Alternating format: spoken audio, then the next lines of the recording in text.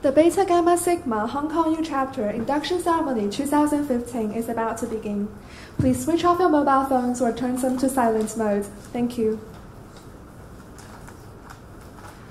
Good evening, ladies and gentlemen, and welcome to the Induction Ceremony 2015 of the Beta Gamma Sigma, the University of Hong Kong Chapter. I'm Miranda Xu, a Year 3 student majoring in Accounting and Finance. I'm also a BGS member inducted into the Hong Kong U Chapter last year. Being a BGS member is a great honor, as the membership represents academic excellence. Only students with high GPA and be at the top 10% of their respective programs are eligible for the exclusive membership. Today, we're extremely honored to have invited two distinguished business leaders to be our chapter honorees. They are Ms. May Tan, Chief Executive Officer of the Standard Chartered Bank, Hong Kong Limited.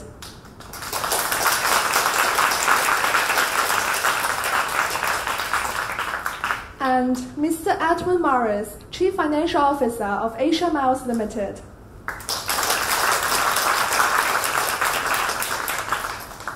Before we start reading the ritual, may I now invite Professor Eric Chong, President of Beta Gamma Sigma, Hong Kong U Chapter and Dean of the Faculty of Business and Economics to give the welcome remarks. Professor Chong, please.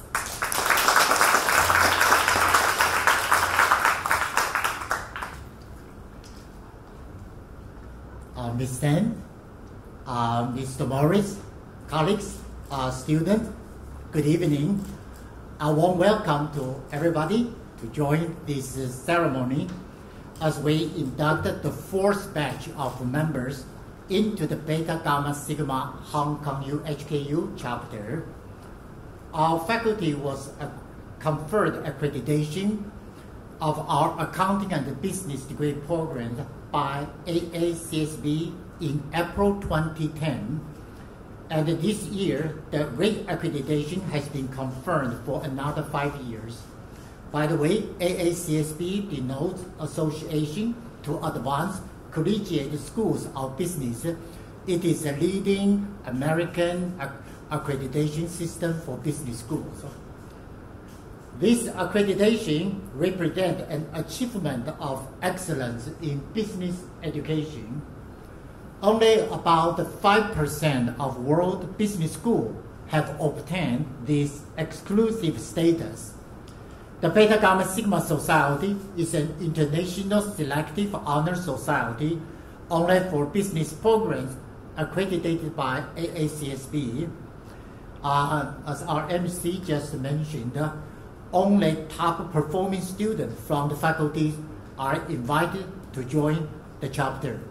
By the way, I was inducted when I was a student, okay? So this shows I was a good student too. Both Hong Kong U and the Beta Gamma Sigma Society has gone through 100 years of historical journey. A century of excellence is a milestone that signifies our commitment to nurturing future business leaders by creating the best learning and networking platform for them. So my congratulations to all the students here. After the induction, you will be a lifetime member of this dynamic and vibrant society consisting of undergraduate students, postgraduate students, graduates, and alumni from all the programs in our faculty. What comes along with this lifetime membership is a good networking platform where you can meet a lot of smart people with high caliber and enjoy meaningful exchange on academic, professional, and personal development. So I hope all the students and alumni will make a good use and be benefit from this exclusive membership. In fact, the Beta Gamma Sigma is not only confined to which university, which business school you graduate. It's a global network. Say, I was inducted when I was a student in the United States, but now I was stay in contact with Hong Kong chapters. I would like to express my heartfelt thanks to our chapter honoree of the year 2015, Ms. Mayton, and Mr. Edwin Morris. Thank you for accepting our invitation to be our chapter honorees. And thank you for coming to this induction ceremony despite your busy schedule. We are very grateful for your tremendous support. Thank you very much. Thank you, Professor Chang. Please remain on stage for the formal induction. May I now invite Chapter Advisor Dr. Derek Mann to the stage to present the candidates to the Chapter President. Dr. Mann, please.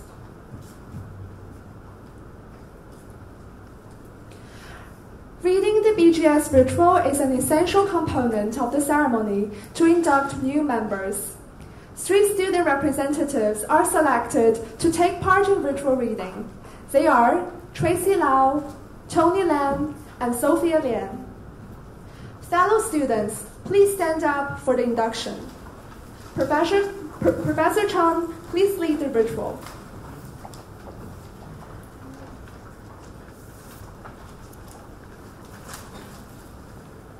Members of the University of Hong Kong chapter of Beta Gamma Sigma, we will now proceed with the induction of new members.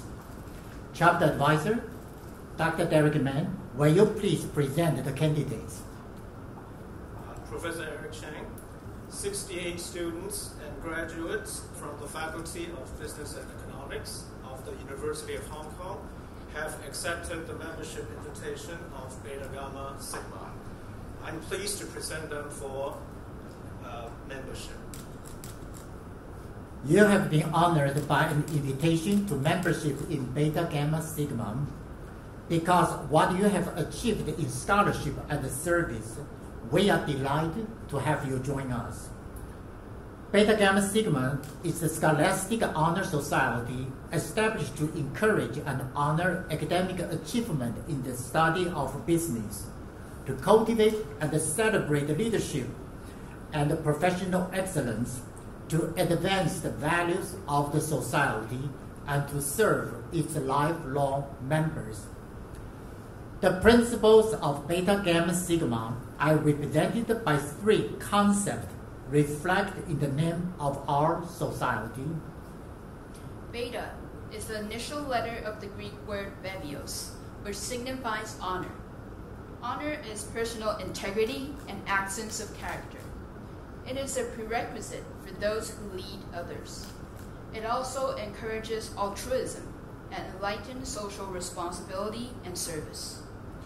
Gamma is the initial letter of the Greek word gnosis, which signifies wisdom. Wisdom is knowledge tested by experience and tempered by discerning judgment. It avoids prejudice and insists on freedom of thought and expression. Those who are wise seek a better comprehension and a more fruitful application of what is known. They engage in a quest for understanding. Sigma is the initial letter of the Greek word spude, which signifies earnestness. Earnestness is enthusiasm, measured by achievement, reason, and sincerity. It is that dynamic quality which is essential for all great achievements. Persons who reflect earnestness inspire confidence, invite action, and generate progress. To each of you, much has been given. Of each of you, accordingly, much is expected. I ask each of you to accept honor, wisdom, and earnestness as principles to guide and stimulate your personal conduct every day of your life. You have heard the principles which members of Beta Gamma Sigma endorse and strive to uphold: honor, wisdom, and earnestness. Will you accept this principle as your own? If so, say, I will. I will. In recognition of your accomplishment and your commitment to the principles, we present you the key of Beta Gamma Sigma. The key is a symbol of the ideas of honor, wisdom, and earnestness, which you have accepted. Welcome to lifetime membership in Beta Gamma Sigma. Congratulations, all members. Please be seated. Thank you very much. Will Professor Chang please remain on stage? Dr. Mann and our student representatives, please be seated. I would like to invite Professor Chang to introduce the chapter honorees. Professor Chang, please. Just now, we have successfully inducted 68 students into the Beta Gamma Sigma HKU chapter. I know not all of them can make it to this ceremony today, but we are proud of them regardless. Members of the Beta Gamma Sigma HKU chapter are top performing students who have achieved academic excellence. At the same time, they possess exceptional strengths in extracurricular commitment. Every year, 2 Beta Gamma Sigma HKU chapter student members will be chosen to represent Hong Kong U to join the Student Leadership Forum in the United States. From the competitive selection process in the past, we were glad to know that our students were not only academic high scores, their non-academic performance is actually as bright as what they have attained in examination. Our students care about the society, they are enthusiastic about the global community, and they are well aware of the importance of the world's sustainable development. In addition to providing first-class business education to enlighten future leaders, we, our faculty, exert our utmost effort in nurturing students to develop a high standard of integrity and professionalism, and thus to become responsible all-rounders who bring positive influence to society.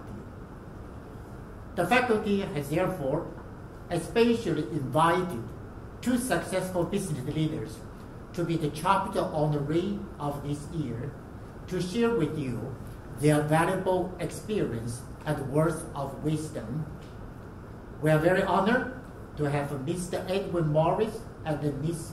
May Tan to be here with us today. In a while, they will share with us their insight. I know you are eager to listen to their advice. Let me make a brief introduction of both of them. Ms. May Tan is the CEO of Standard Chartered Bank in Hong Kong. With over 30 years of extensive experience in the financial industry, Ms. Tan has been instrumental in enhancing the business of the bank from a wide range of aspects. Nowadays, we always talk about raising female representation in the boardroom, and Ms. Tan has been on the board of Standard Chartered Bank since 2009. Ms. Tan is actively involved in public services. She is the chairman of the Hong Kong Interbank Clearing Limited and is the vice chairman of the Hong Kong Association of Banks.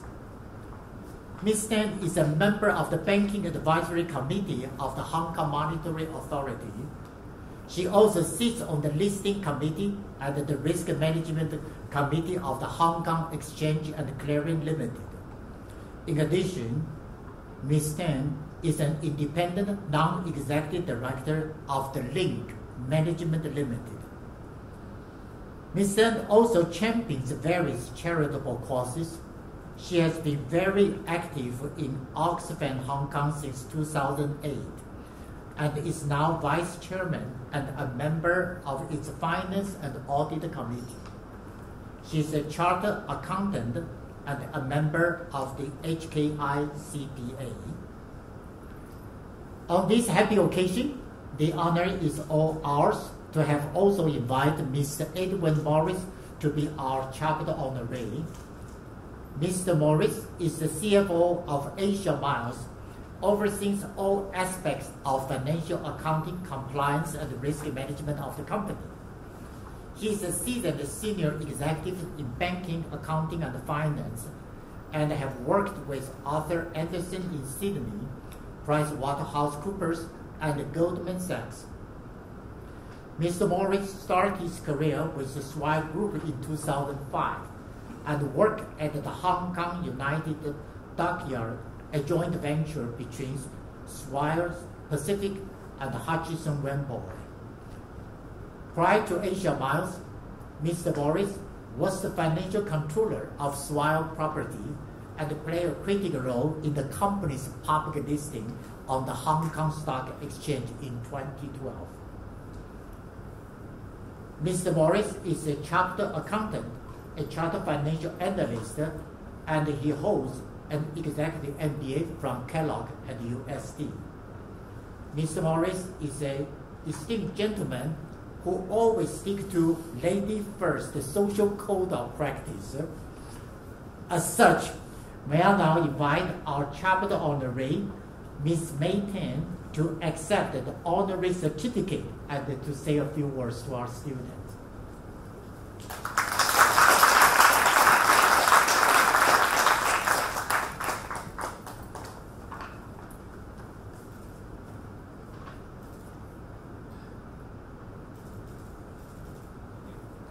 Thank you, Professor Chang. Ms. Tan, may we have your insightful speech, please?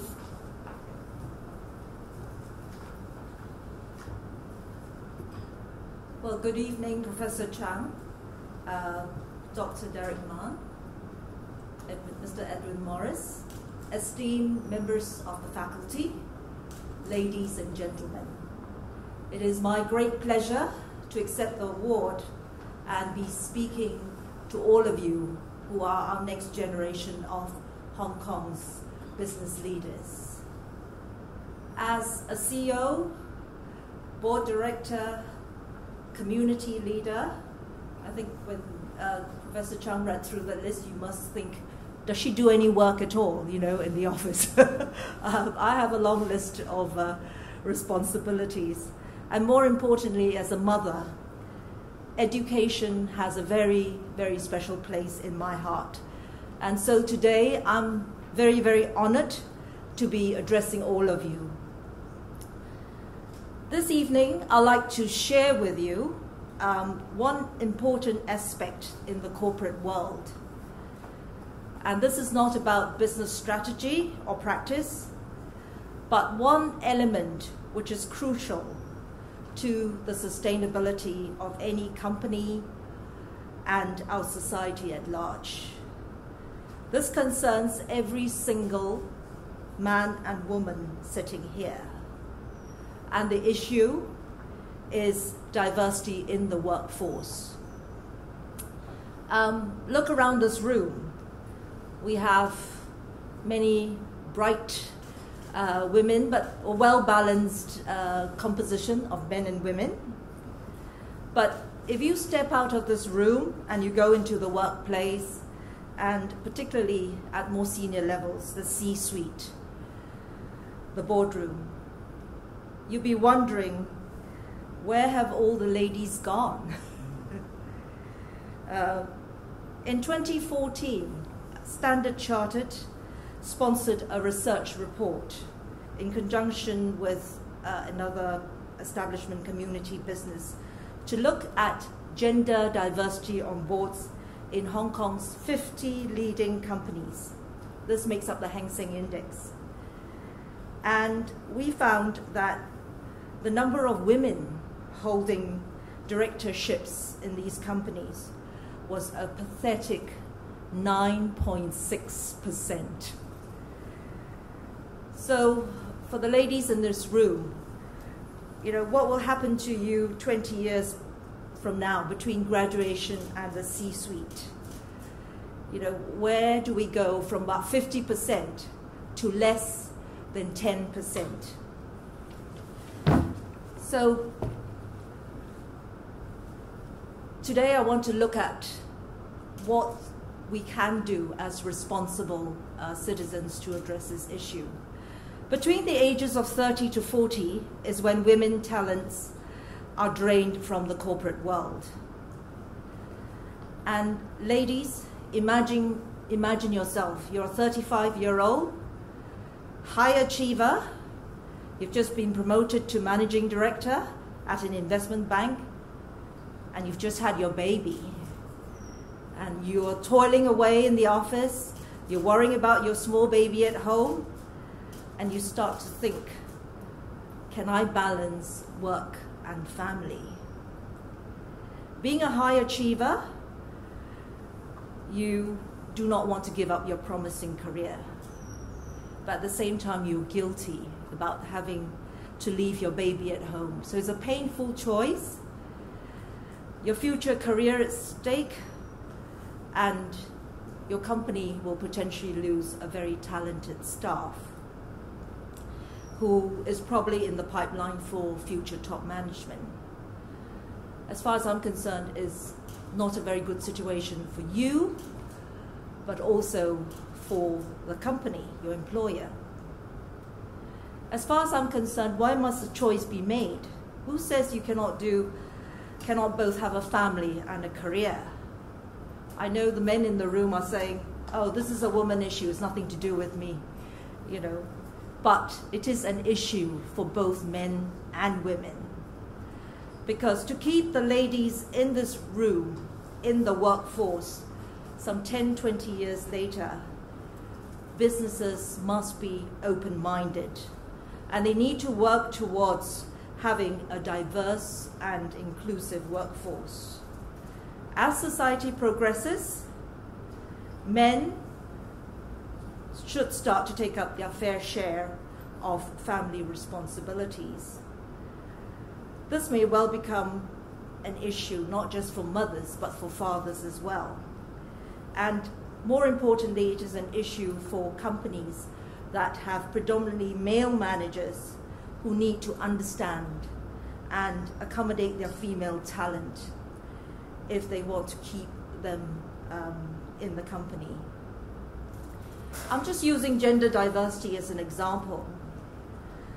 Diversity and inclusion in the broad sense covers people with duties to care for their family members, young children, old parents, sick family members, and also different ethnic backgrounds, people with disabilities. When well integrated, a workforce with diverse talents and capability will enjoy a better balance of skill, experience, and perspective. And that better reflects the real world that we live in. Diversity, therefore, brings the best out of a workforce and contributes to the long-term sustainability of business.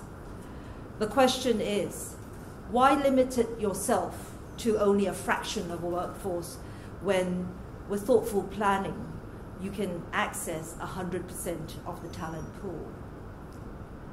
So what has been the progress so far? The corporate world has actually come a long way. Let me tell you my own experience. I started my career 30 years ago, I think before most of you were even born.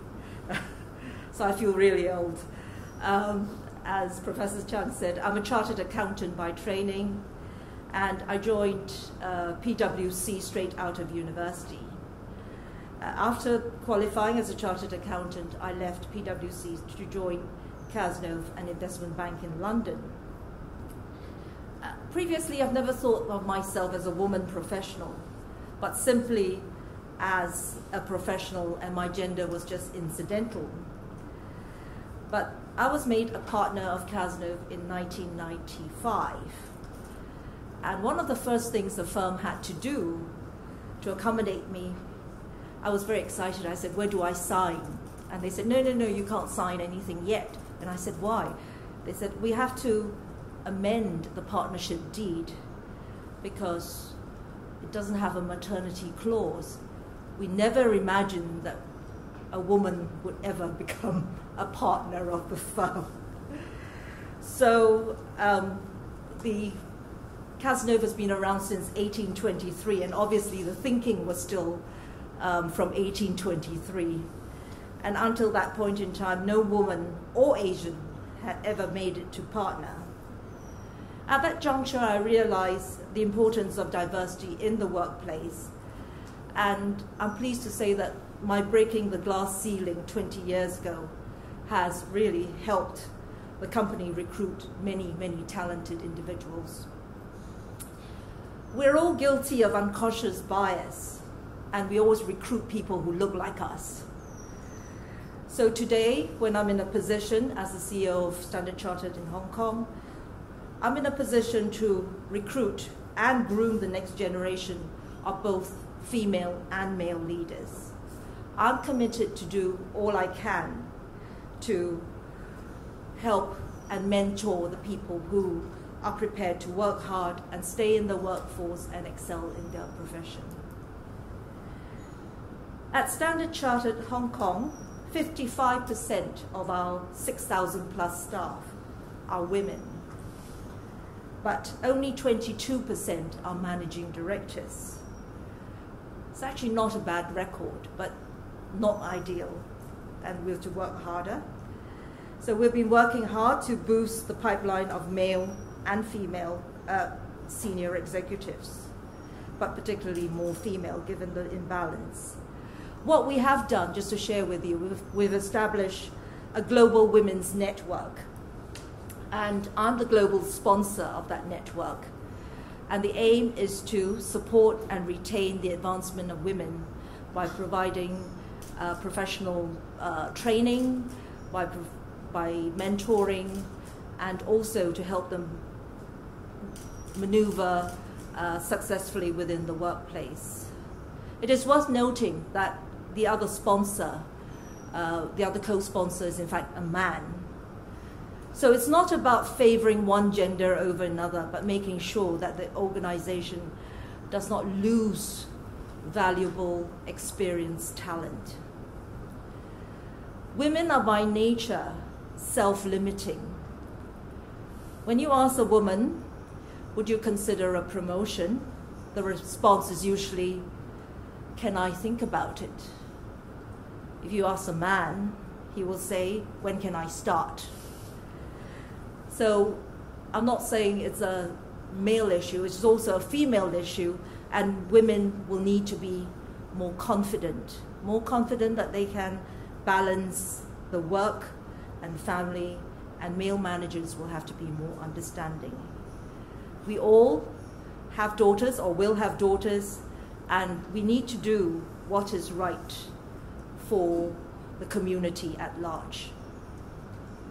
In September 2013, the Hong Kong Exchange introduced a new code provision that listed companies must have a board diversity policy. I'm on the listing committee of the Hong Kong Exchange, so this is something I've pushed very hard, and I'm a huge proponent of it. However, boards should go beyond gender diversity. Boards should take into account a broad variety of skill sets, cultural, educational background. I'm confident that once companies are able to make that connection of diversity to performance, they will embrace it fully. In fact, there was a study by McKinsey and in The Economist, which shows that companies with diverse boards perform better in terms of profitability, in terms of share price, performance, and also staff retention. So, coming back to Standard Chartered, we embrace diversity in our bank, and besides supporting women, we also have flexible working hours for staff with family responsibilities. We implemented paternity leave back in 2007, well ahead of the statutory requirement, which only came into force this year in Hong Kong.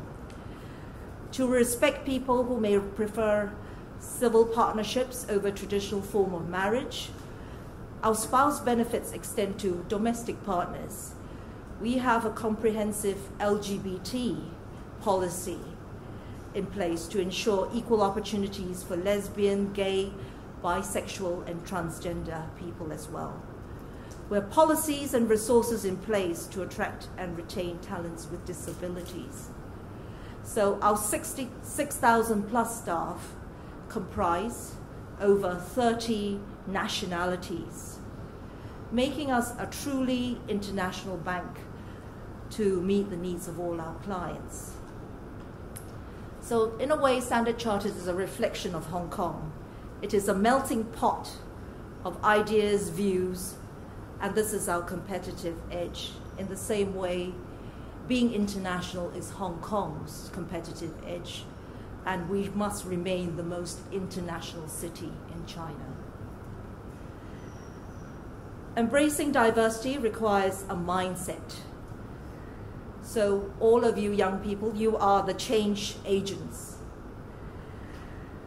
To all of you, I would encourage you to embrace diversity, promote inclusion, and I'm counting on all of you to make a real change for the coming generations. To the young ladies and gentlemen in this room who may at some point in your future career have to face juggling family, work, or any kind of challenge, it really doesn't matter if it takes you a longer trajectory to get to where you are because of the life balancing you have to do. I'll share with you that life is not a 100-meter sprint. It is, in fact, a marathon or even a 100-kilometer Oxfam Trail Walker, challenge, endurance challenge. Take your own pace, enjoy the journey, know what you want, and enjoy the path to attaining it. In your journey, embrace diversity, think international. I've truly enjoyed my journey, and I'm very confident that you will too. Thank you very much for listening.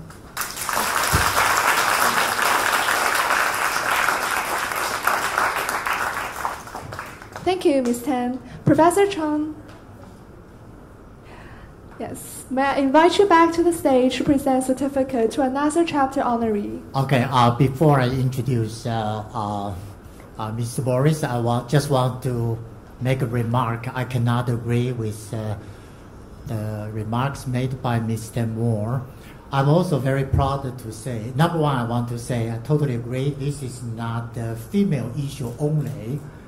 I recall just 12 days ago, university held a very important event. Some of you may still remember. It was called He for She movement. This was a task force, I think, or some kind of organization sponsored by the United Nations. The organization has approached 10 universities worldwide.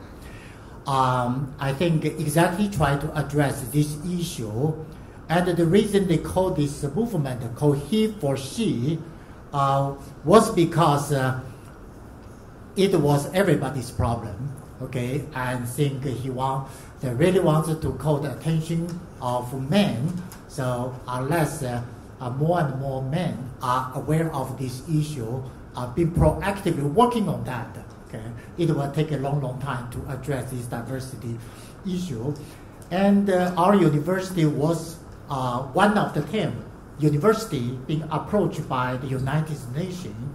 And in fact, I still remember our president said Hong Kong U was the first one, okay, to officially hold this ceremony and to proactively promote this task force.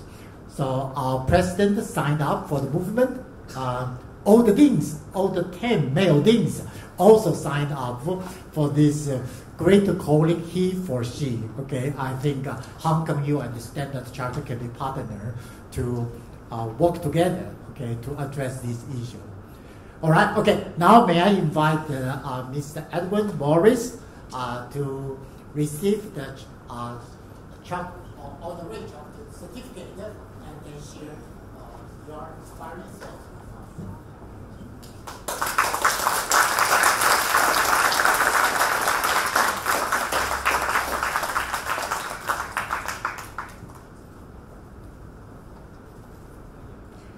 Thank you, Professor Chang. Mr. Morris, please share your inspiring thoughts with our BGS members. You want to hear me? Good. Well, good afternoon, everybody. And it's an honor, really. It's an honor, it's a pleasure to be talking to you this afternoon. And I thank you, Hong Kong U Business faculty, for the opportunity.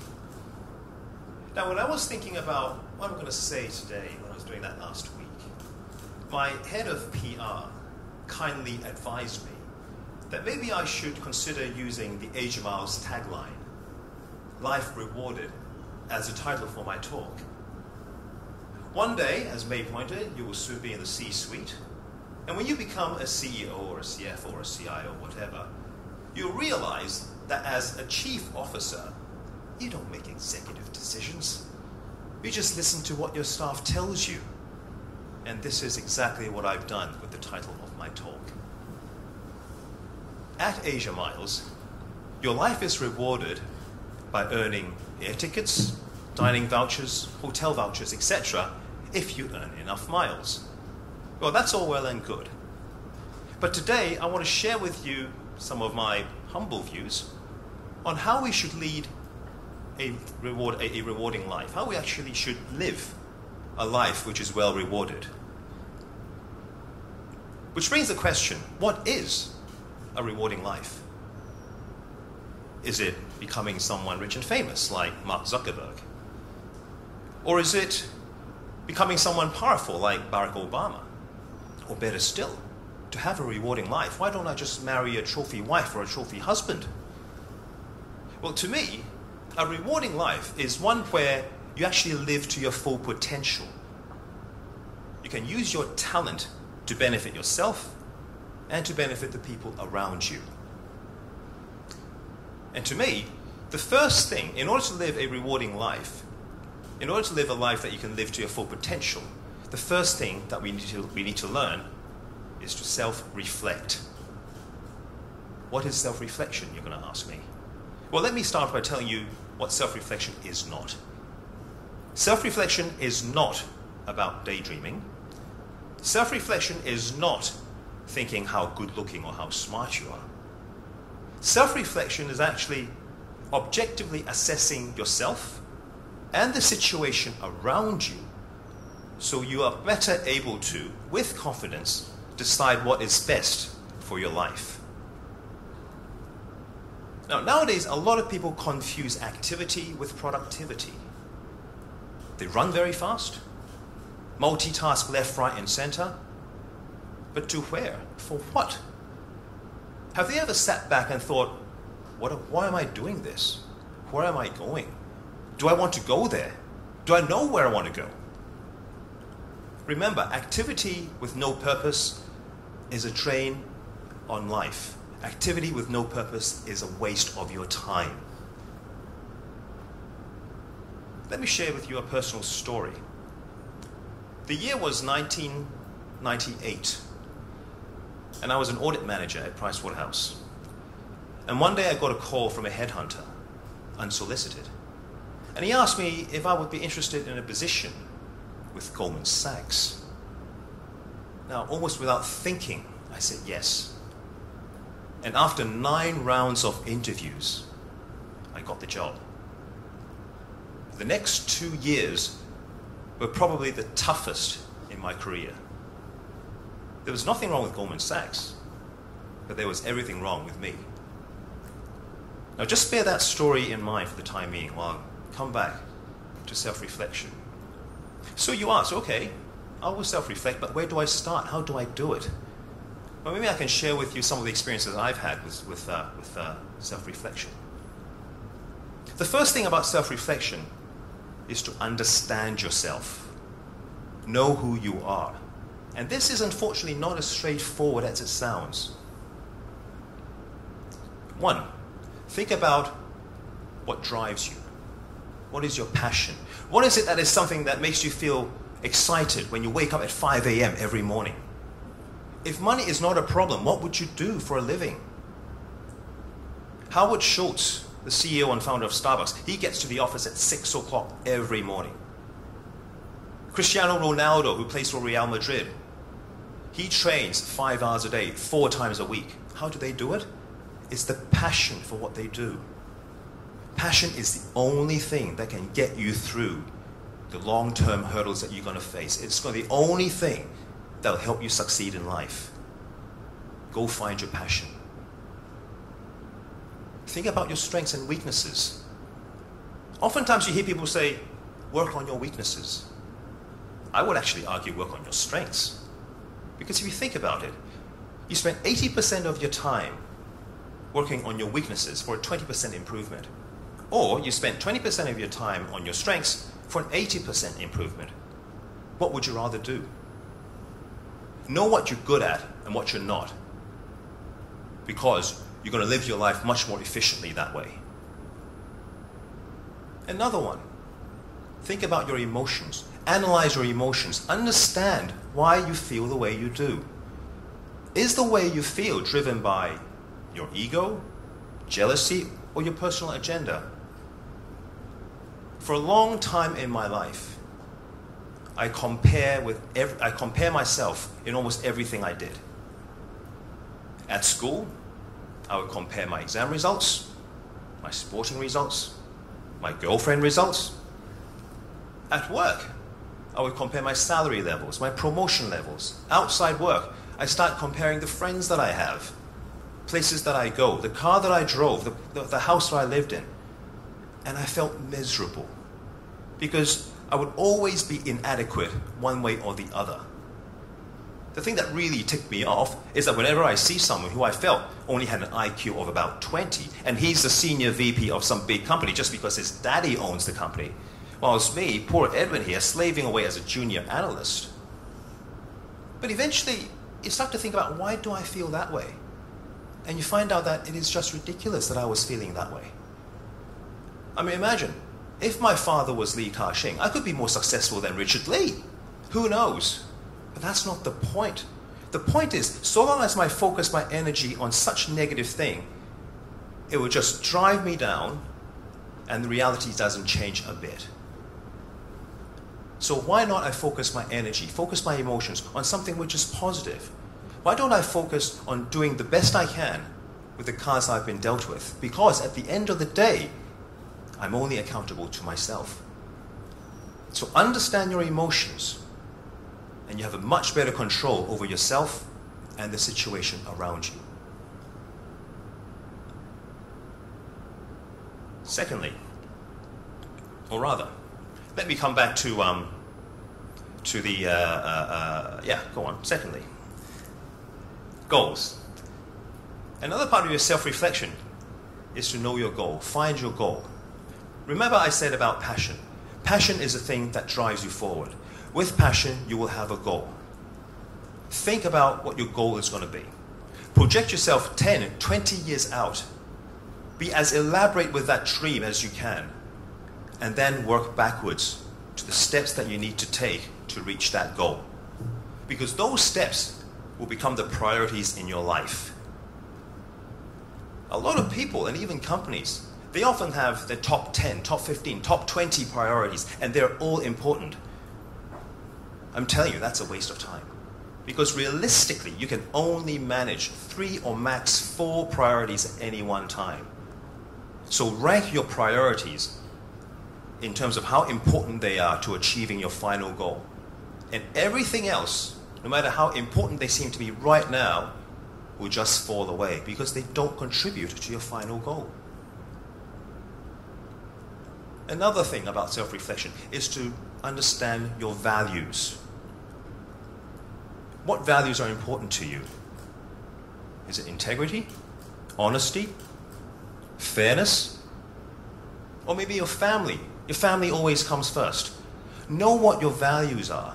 Know what values are important to you because values reflect who you are. And your values will become the moral compass that you have to help you guide your decision-making throughout your life.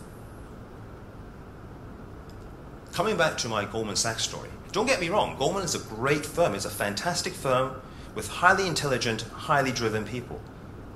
It's just that I wasn't cut out for the role I was asked to do, that particular role I was asked to do at Goldman Sachs. And the reason for that is, that the reason for my accepting the job was that I never took the time to self-reflect before I accepted it. I never really thought, am I going to be passionate about this role at Goldman? I never really thought whether that particular role was leveraging on my strengths or was it leveraging on my weaknesses. I never thought whether that particular position fits into my overall career goal. I didn't even have a career goal at the time. I based my decision on my feelings. And my feeling was one of being flattered because I, Edwin Morris, was good enough to be hired by Goldman Sachs. And I tell you what, I was at PwC at the time, and amongst all the audit managers, I felt like the chosen one because I was the one who was getting to Goldman Sachs. And the result was a detour in my career. In hindsight, unnecessarily. So, with self-reflection, you'll be able to understand yourself better, you know what your goal is, you will figure out how to get there, and you know what values are important to you. You are in much better control of your life. Without self-reflection, you will simply drift to whatever circumstances take you. You'll make decisions based on feelings, based in a vacuum, and you open yourself up to nasty surprises. So much about self-reflection. Another thing which I think is important to living your life to your full potential is risk-taking. Now, by that I don't mean reckless abandon or putting all your money on the stock market, although, having said that, you probably would have done quite well from it recently. What I meant was taking a risk to live the life that you want to get to the place you want to be. Now, people in general don't like risks, and that's because they only focus on the short-term impact of risk-taking. Say, for example, you're in a large company, you earn a decent pay, but at the back of your mind, there's this little idea which you think is the next big thing, and you're itching to go out on your own and test this little idea that you have. And so you start to weigh up the risks. First of all, you start looking at the cost, the immediate cost of taking the risk. You say, okay, if I resign tomorrow and I start out on my own, what if I fail? I'll have no job, no money coming in, the job market's really tough. Man, I'll be an idiot. How am I going to explain this to my friends and family?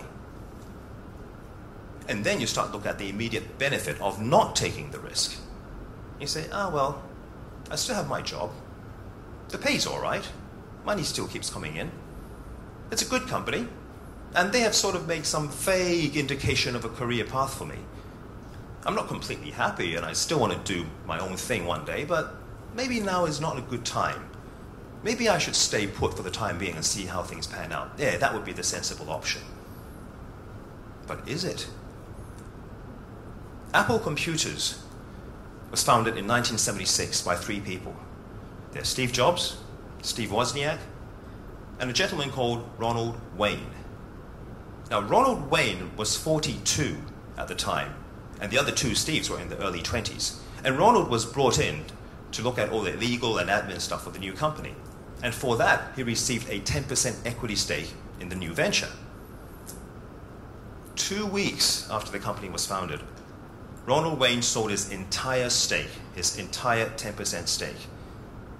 And his reason? He felt he was too old to take the risk. How much did Ronald Wayne get for his 10% stake? $800 US. How much is Apple worth today? $700 billion US. The reality is, the cost of not taking a risk and the benefit of taking the risk can happen much further down the road in future. So next time when you think about risks, don't only think about the here and now. Think about the future as well. In business, as in life, we don't take risks as much as manage risks. Richard Branson, in his autobiography, he always talks about managing his downside risks. And this is exactly what successful people do. They look at what the risks are, have plans to reduce those risks, to address those risks, and they move on. So, you'll say to me, Edwin, fine, I'm all set to go, I'm ready to take some risks. Where do I start?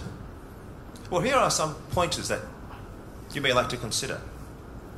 1, find your passion, find your dream, find something that is worth your while to take a risk. Because if you don't have passion for something that you're going to take a risk for, it's not going to work out. It's literally not worth the risk. And how do you find your passion? Self-reflection. 2, think about the future now.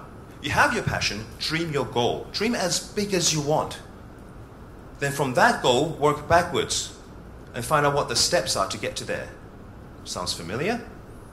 Find out the steps you need to get there, and from there you will know the risks that you will encounter along the way. 3, address those risks. Take baby steps. Don't jump in with both feet if you're not clear what you're jumping into. Otherwise, you can only crash and burn. Realize that there's a process to everything, and you just need to be patient. Realize that failure is inevitable, but it's part of learning. If you just remember the principle that first you learn to crawl, before you learn to walk, before you learn to run, you'll be able to sail through all the hurdles as you go along. A lot of people will think that the company I work for, Swire, is very risk averse, very conservative. I actually tend to think otherwise. Now, Swire is a 200-year-old family company. Today it's into its 7th generation. And arguably, it is now the most successful it has ever been throughout its entire history. How do they do it? Swire was founded in Liverpool as a little trading company in 1816. And in the late 1800s, they moved their business to the Far East. And they have a fleet of ships doing trading from as far north as Japan and China to as far south as Australia and the South Pacific Islands. As they were operating their own fleet of ships, they discovered that, hey, I need someone to do my repairs and maintenance for these ships. So what do? They founded their own dockyard in Quarry Bay in Hong Kong. Also, at the same time, they discovered that the sugar trade was very vibrant between the raw materials country of Indonesia and the Philippines and the consumer market in China and Japan. So in order to capitalize on it, they built a sugar refining factory in Hong Kong, at the time the most sophisticated factory in the world. So what happened to these two businesses? The shipping business eventually subsided, and so they don't need a dockyard anymore. But the property on which the dockyard is built was turned into a residential project, which is today's Taikoo Shing. Taikoo Shing is the first project of Swire Properties, which owns Pacific Place, City Plaza, and Citygate in Hong Kong, and also has retail and office complexes in Guangzhou, Beijing, Shanghai, Chengdu in China, and also Miami in the US. What about that sugar factory? They discovered that their biggest customer for the sugar is actually all the drinks manufacturer. Hence, we have Swire Beverages, who today is one of the largest bottlers in the Coca-Cola empire. The brand name that is probably most well known in the Swire portfolio is Cathay Pacific. Cathay Pacific was bought by Swire soon after the Second World War. And if you think about it, it is just a logical extension. Remember, I was telling you that Swire already ran a fleet of ships. They already know a lot about sea traffic. This was just an extension into air traffic, in which they saw a lot of opportunities. From the skills that they harnessed from Taikoo Dockyard came what is known today as Hong Kong Aircraft Engineering, HKU, which is probably the best aircraft maintenance company in the world. So you see, the way that Swire did it was that every expansion of their business was a very logical extension of what they already knew at the time. They weren't really taking a risk as much as making a smart bet based on what they know very well. And to me, that is a very intelligent way of taking risks. Now finally, I'd like to congratulate all of you for achieving what you have. You are indeed a group of blessed people in this world. You have the talent and the capability to get to where you are today, and your future will be bright. However, you also have a responsibility to the society you live in. A lot of people know how to make money, and so will you. But there aren't enough people who know how to make a difference. Use your intelligence. Get to know yourself. Dream that dream. Create that goal. Take a risk and make that dream come true. And bring people along with you. You're going to need people to help you succeed. Be humble to others, but be true to yourself.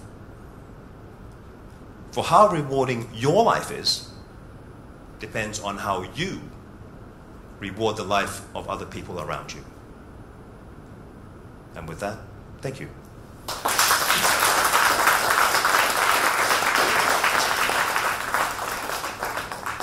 Thank you, Mr. Morris.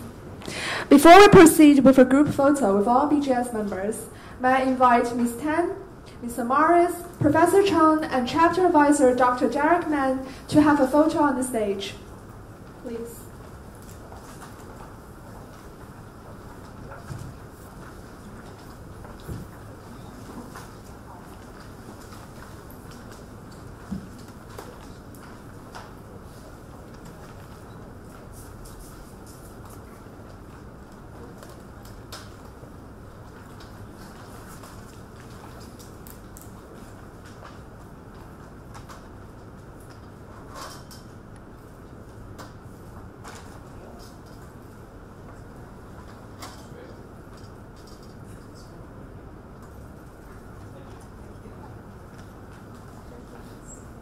Thank you. Please be seated. We're about to invite all guests and BGS members to the stage for a group photo. Before that, please allow us to have a moment to change the stage setup.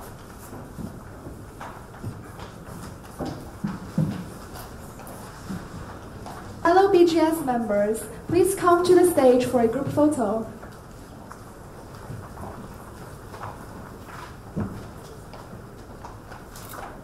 Right. Very nice. Everybody looking here.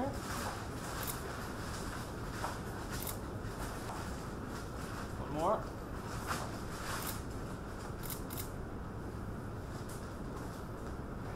Okay, last one. Thank you very much. Thank you. Thank you, everyone. The BGS HKU Chapter Induction Ceremony 2015 has now come to an end. Congratulations to all schoolmates and alumni who have just been inducted. I wish you all the best in the future. Tea reception is outside the convocation room. Please enjoy. I wish you all a wonderful evening. Thank you.